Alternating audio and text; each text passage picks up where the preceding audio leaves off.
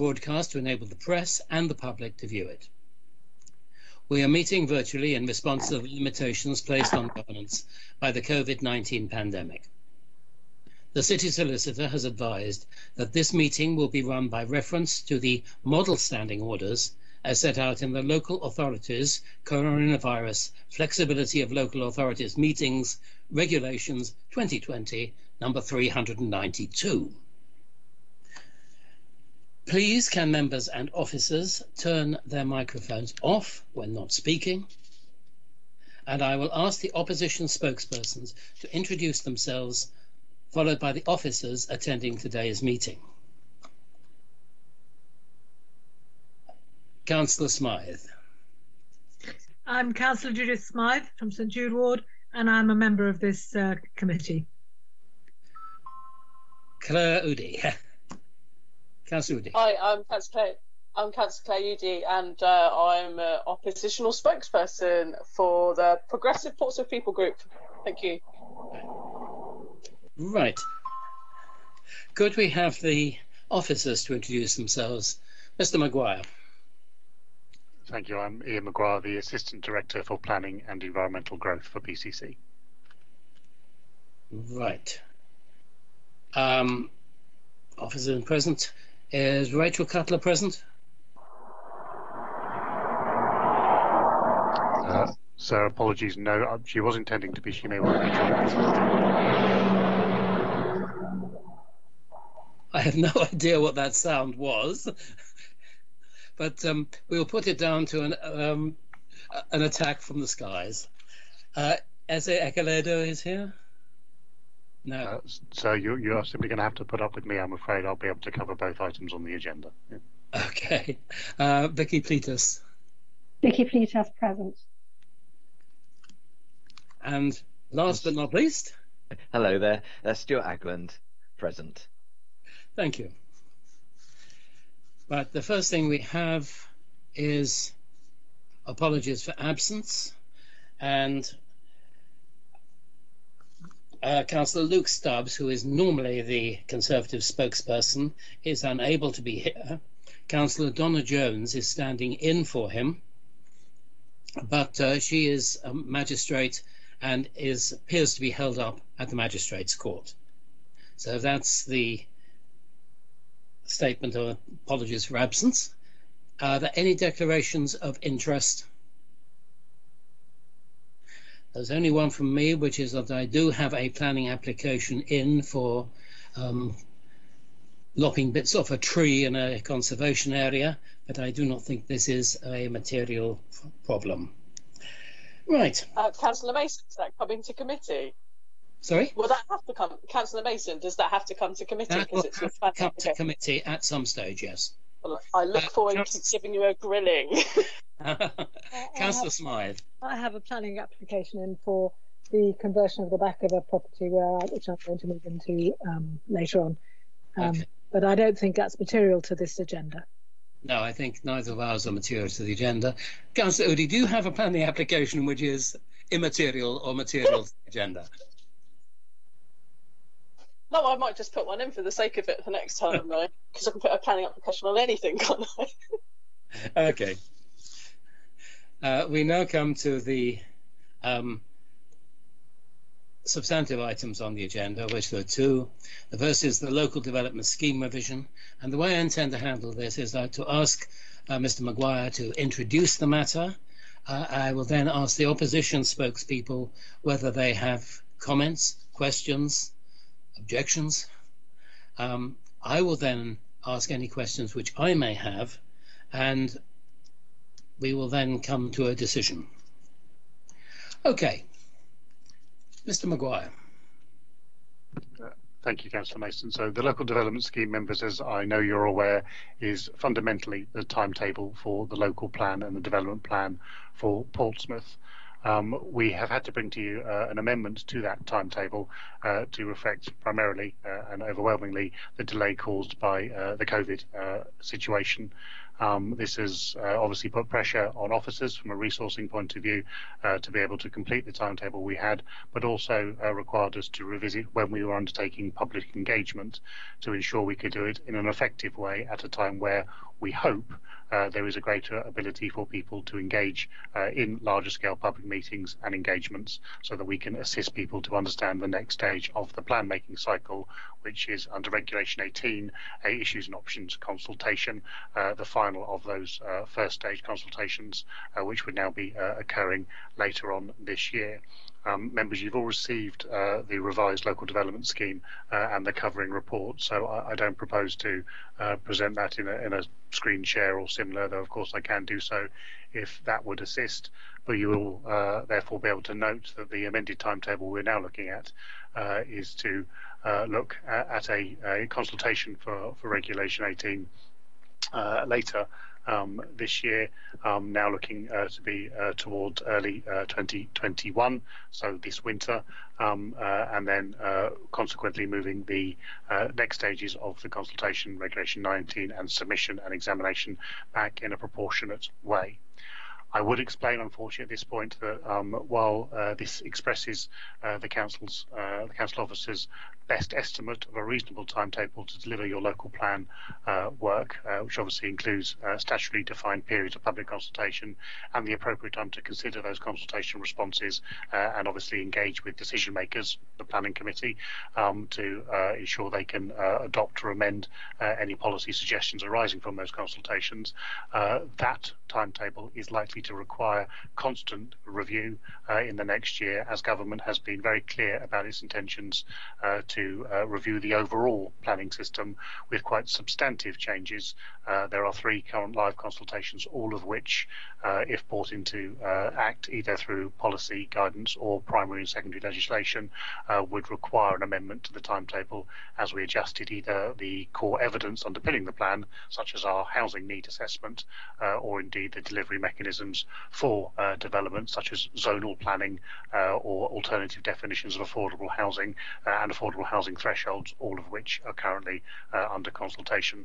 So while officers are recommending an amendment to the local development scheme as laid out in the papers, which will add some certainty with the system we currently have and give us a firm place to stand so that we can benchmark and manage the local plan process, and obviously those that participate in that process, including developers and interested parties who are obviously building their own businesses and business models around the opportunities to develop in Portsmouth, can have that degree of certainty.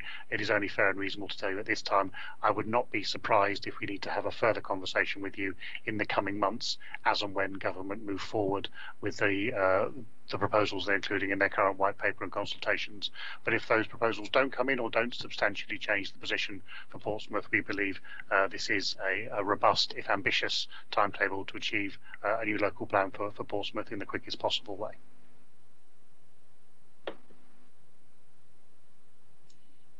Thank you very much. Questions, comments? Councillor Smythe, please. Thank you, Chair. I was glad to see this for several reasons. One is that it's a long and complicated process, developing a plan, and I'd felt that because we haven't had a meeting for a while, that I was losing track of events, and this is a most helpful summary of where we are, and I think it's realistic. I was glad to hear in your introduction that you made mention of the proposed legislation that the government is wanting to put through. I think it would be most useful if we could have a meeting at some stage on the implications of that, because from what I've read, and I've read quite a bit of it, I think sometimes it looks like the emperor's new clothes. In other words, it's not a great deal of change, and other times it looks like a lot of change, and I'm particularly concerned about the changes to affordable housing and so forth. So I think with that proviso that we can have a bit of a discussion when we get a bit clearer about what that legislation says, then I would like to say that I'm very happy with that, and would like very much to approve the paper. I think it's timely and it's clear, and the fact it's in the public domain will be very helpful in getting people outside who might want to comment on the last stage of the first bit of consultation. That'll be the first thing that they're invited to, and later on we'll have a much clearer explanation of what it's all about than I think was readily available before. So thank you very much, and I would be very much keen to approve that paper, Chair. Thank you. Councillor Udi. Hello. Yeah, I've a few things to say. I pretty much echo what Councillor Smythe says. It's been very weird over the coronavirus because I feel like I've read new planning laws every day that I've picked up a paper over this pandemic, definitely. And I was going to ask as maybe a bit of a side note for Ian Maguire, if possible, because I had planning training earlier this year. I've been every year, and I learned about new use classes that obviously had come in really recently, and I thought it might help if we could get hold of people and maybe sorry, someone's editing a video right next to me. That took me off.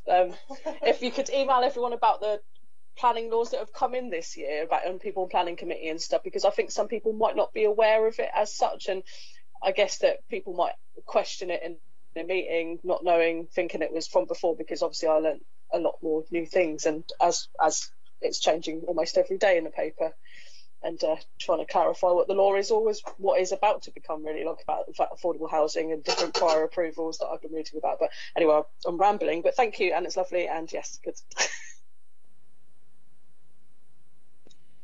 Right, thank you. There's one area which I think, since this is a public meeting, I think it would be useful to have Mr. Maguire to comment on, and that is the implications of COVID-19 for the ongoing plan. We all realise that because of the difficulties in working, this has slowed up the process, and that it'll be very difficult to hold a consultation under Regulation 18 with the restrictions which are placed upon us. But you're also suggesting in the paper that COVID-19 is a substantive problem which has to be built into the development plan. And could you enlarge on that, please? Certainly, thank you. One key activity that the team is working through is a review of all of our evidence base, almost without exception, to better understand the implications of COVID-19. Obviously, as you know, the plan system is an evidence-based document that looks at forecasts and reasonable predictions of need, so housing need being the largest land use activity, but certainly economic and retail need being other key elements of spatial planning.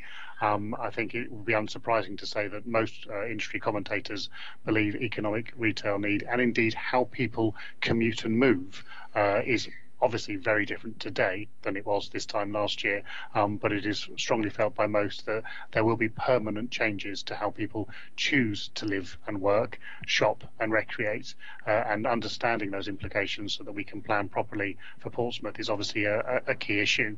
The big challenge, of course, is we don't know the certainty around that. This is a truly unprecedented situation, and many of our professional consultants that provide us with advice have simply returned statements that they cannot update their evidence today. They do need more time to understand some of those direct implications, but obviously this new timetable has accounted for a reasonable period of time for additional data to become available, good practice from other countries that perhaps are at a different stage of their pandemic response and recovery to be analysed, so we can inform the best possible position on what Portsmouth needs going forward, not just the new homes that we need, but how people will use their homes, use their workplaces, and use the public spaces of Portsmouth, so that we can ensure we have, as best we can, a robust and future-proof plan for the city. Thank you. The other area which I think we need to look at is we have these three new government proposals, or white paper, changes to planning system, and changes to the use classes.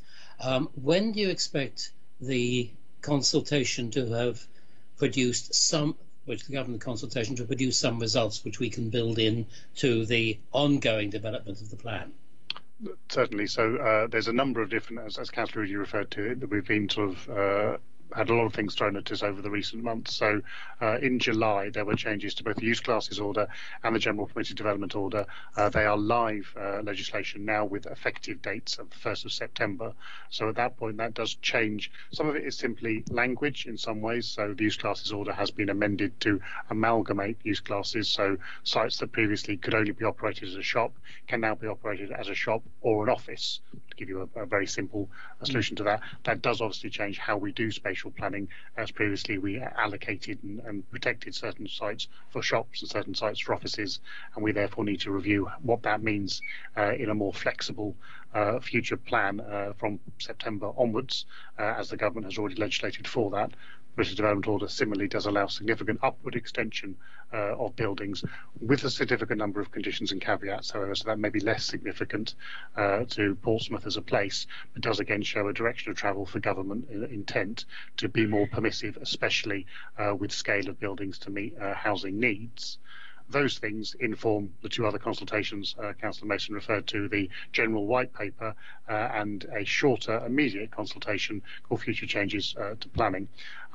They both have beginning of October and end of October consultation dates as completion, so we're not expecting any outcomes from this until after October, and certainly in the shorter consultation there is reference to ministerial statements in the autumn, and as members will be aware, it is not uncommon during the autumn statement for planning guidance and intention to be announced simultaneously because of the obvious connection between the macroeconomics of the country and the delivery of planning and its consequential development.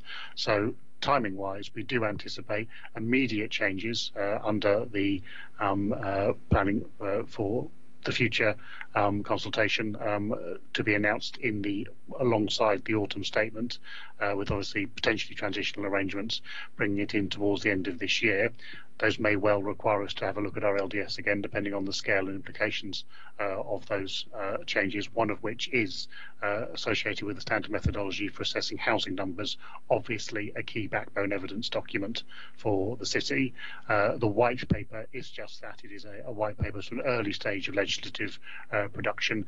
That consultation is the end of October. There may well be a direction of travel guide, some government response with the autumn statement, but that will require significant further work centrally by government and then primary and inevitably secondary legislation. So that will come probably well into next year, if not even the year beyond that, for actual implications. So we are looking at a turbulent time, not simply because of COVID, but next year because of the government's intent to look at reforms throughout this period. But we do anticipate some of these reforms potentially moving forward to approval and delivery prior to Christmas for the shorter scale stuff, and then obviously all the way through 2021 for the larger scale and systematic reforms referred to in the recent planning white paper. But obviously what the team will be doing at the moment, as well as managing the COVID situations as far as we can, is responding to these consultations, working with Councillor Mason and indeed the Planning Committee as appropriate to ensure we are giving a robust response from Portsmouth to these national guidance documents and national consultations, so that the needs of our city and the unique circumstances and benefits of our city can be properly reflected with any national changes that may come along and affect it. Thank you. My last one is a slightly an aside comment. Looking at 4.3 on page 5, I was very pleased to see the use of the word evitable. I thought I was the only person who ever used evitable, but in the context I think you meant inevitable. I think you are correct, thank you. Yeah. Right, we now come to any other comments from Councillor Oudey or Councillor Smythe? No? Okay, in which case the decision, and I have made the decision that as a Cabinet member I approve the revised local plan timetable set out in the local development scheme. I grant delegated authority to the Assistant Director of Planning and Economic Growth to make minor amendments to the LDS and development plan document timetables as necessary. And I note the progression of the other Portsmouth Development Plan documents and the supporting planning policy documents. Right. We now move on to the second substantive item, which is the scheme of delegation. Mr. Maguire. Thank you. As members will be aware, the scheme of delegation is the part of our constitution that defined which matters the planning committee wishes to determine itself, and which it delegates down to officers to determine on behalf of the council. A robust scheme of delegation is an essential tool for a local planning authority to ensure the planning committee can focus on the most significant and controversial schemes and use the limited time that it's always going to be available to a planning committee to deliver the best results for the city. The scheme of delegation obviously apologies, operates in a way to help define a threshold that the council therefore wishes to define as the most significant and most controversial, and consequently does require almost continuous review, because it will depend on the nature of the applications we receive, the nature of the public engagement with those applications, and unfortunately at the moment the constraints we operate under in delivering planning committees. Those constraints obviously accentuated by some of the challenges of having to deliver planning committees through remote attendance as we do at the moment, which does limit the ability for us to have longer agendas on that basis. Officers have therefore reviewed the current scheme of delegation and the, if you will, the exceptions that require planning committee approval. These are covered in paragraph 4.3 of the covering report, where it lists the 8 reasons to refer something to the planning committee to see if they are all still fit for purpose, are still meeting members' requirements, or if they can be amended in any way so that additional things that members otherwise do not wish to see can be dealt with under delegated authority in a way that proportionally uses the council's resources and enables members to have control of the decision making.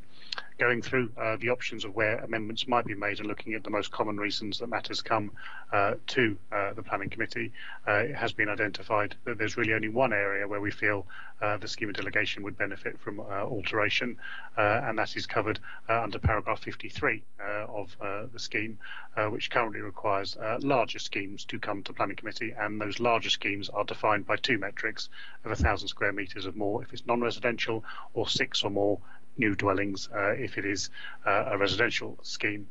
We feel that 6 or more is quite a low threshold, and therefore is bringing relatively straightforward smaller schemes to committee that the committee need not concern themselves with in most cases, and that threshold could therefore be risen from 6 or more to 10 or more new dwellings.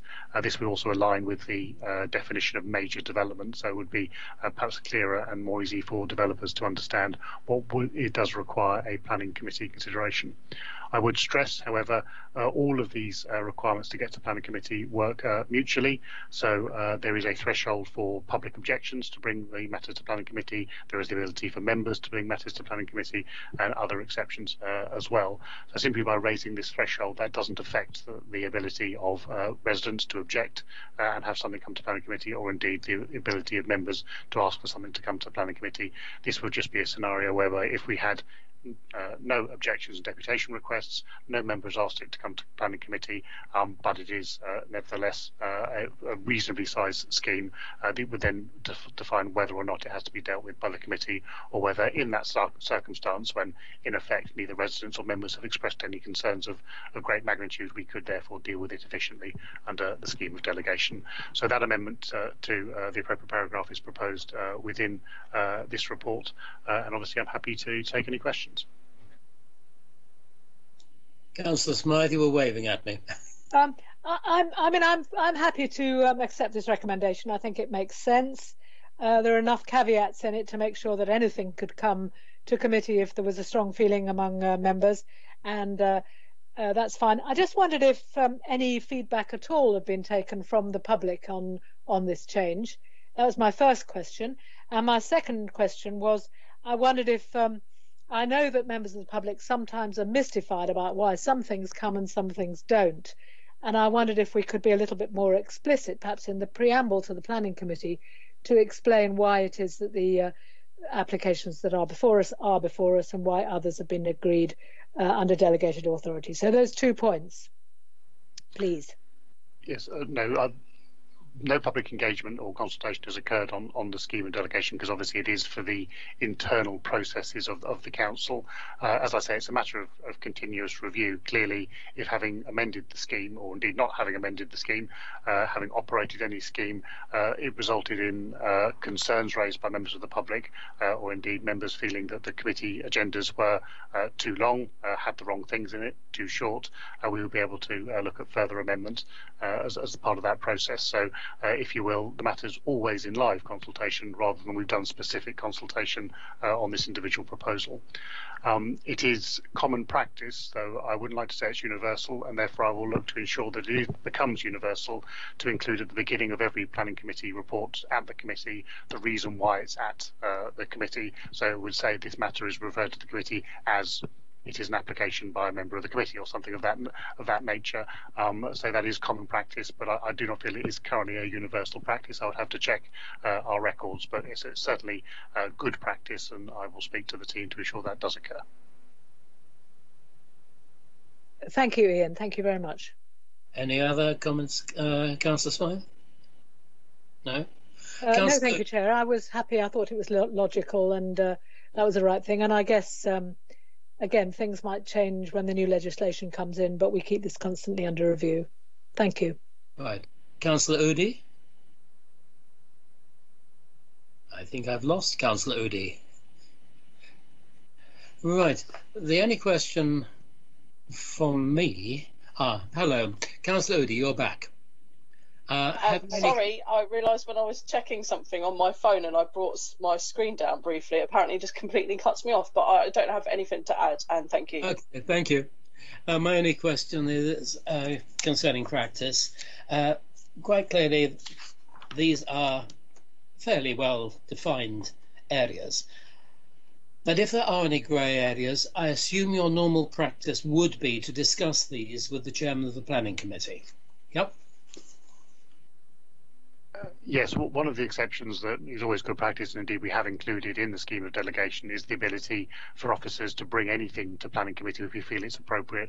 That's a really useful backstop, because if something's come up where there is a grey area, we can discuss that with the chairman and use that highly flexible ability to bring it to planning committee, irrespective of whatever other concerns may be raised. So that gives us total flexibility to deliver as officers, and obviously that's something we discuss with the chair as we would for any departure from otherwise standardised practice.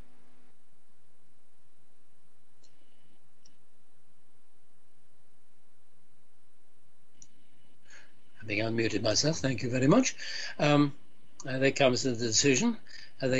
As the Cabinet member, I approve amendments to the scheme of delegation to increase the scale threshold of applications that are reserved for committee approval from 6 or more dwellings to 10 or more dwellings for a period of 6 months. And that, members, concludes the meeting. So thank you, everyone. Thank you to the officers who have supported us, and thank you to the members who are here. Thank you very much indeed. Good afternoon. Thank you, Chair. Thank you, Chair, and thank you, Ian, for a very helpful meeting. Thank you very much.